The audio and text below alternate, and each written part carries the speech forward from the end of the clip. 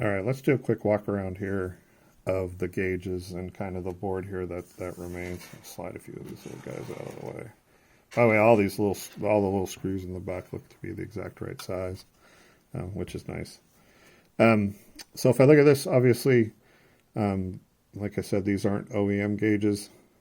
I can see though that at least in kind of the first look, it's the cutout is like very precise. So I think that'll keep any fitment issues from being a problem. The other thing I noticed too is, and just kind of for anybody who doesn't know, there's 12-volt power comes into this, and then the oil pressure gauge runs off of that 12-volt power here. And then here though, there's actually a little voltage regulator that powers, and somebody can correct me if I'm wrong, but I think it powers the fuel gauge here, which has the 3 pins, and then this third pin actually goes over to the hot and cold. And that's only 7 volts. So you never want to hook up a 12-volt battery to any of these gauges here, because it'll work for a second and then you'll start to smell as it burns up. Ask me how I know. And so this looks all the same. The difference here is that this is an external voltage regulator, it looks like here. If you can see, it's probably solid state, which the OEM ones are not solid state. They are they heat up and close and open and close and open and close. I don't have a fuel gauge here.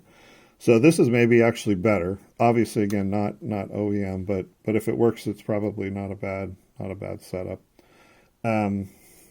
50 amp fuel, or 50 amp amp meter, and again, this looks like it's a, what do they call that? Like an internal shunt versus the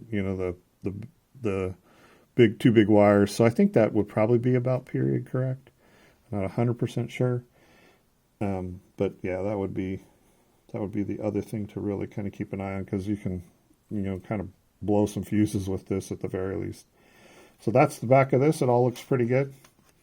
The one other thing too is it did come with lights, and get that dude out of there. Well, those are nice and tight. Can't even get that one out. Let's try this one. There we go. Looks pretty close to the OEM ones, and they came with the 5 bulbs. So the next thing I'm really interested in, if I look at this, is to take some OEM gauges, because this is really where you can get into trouble, right? So if we take some OEM gauges and see what the resistance is across these just kind of naturally when they're in their resting position. Because if they're not the same, then your sending unit isn't going to match between an OEM gauge and this gauge. Your fuel sending unit won't be right, and your hot and cold won't be right, and obviously maybe a little bit less important, but your amp gauge won't be right.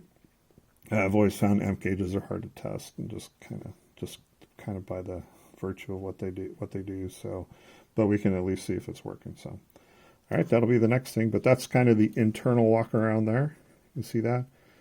Again, really nice job on the circuit board there. It looks really good.